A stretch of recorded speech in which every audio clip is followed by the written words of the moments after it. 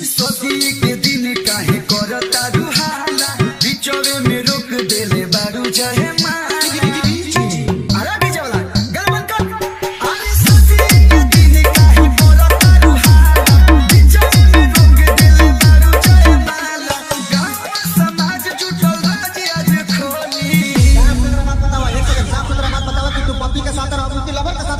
हम लभर जी पर हम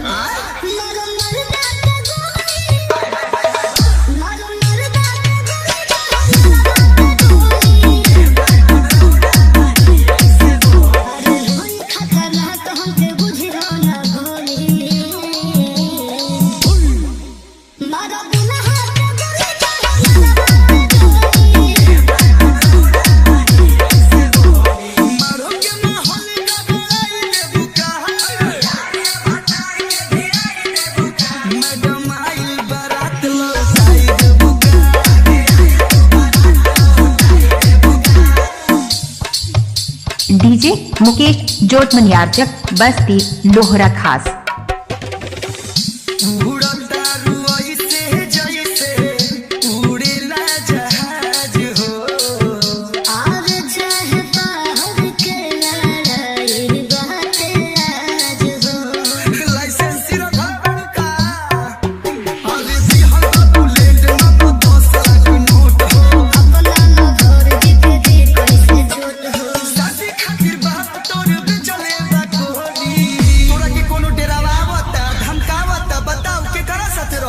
हम लभर जी पर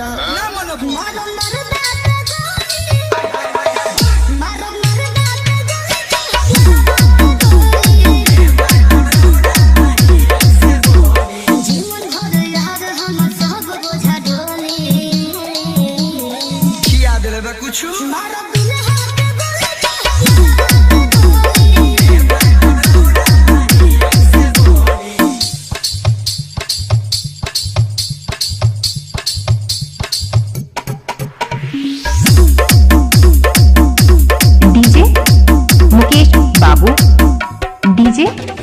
मुकेश बाबू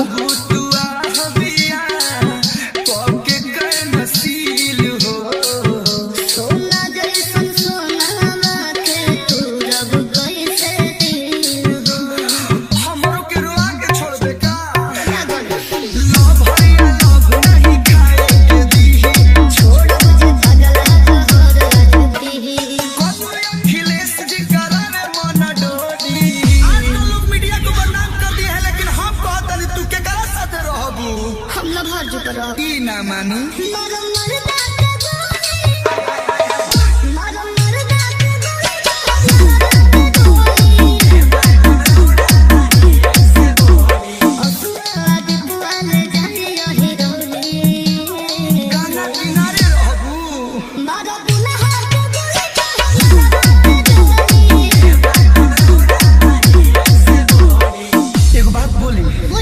माई बाबू के इज्जत रख लो।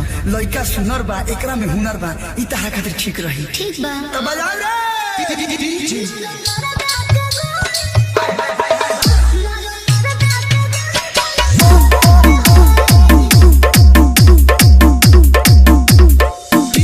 मुकेश बाबू।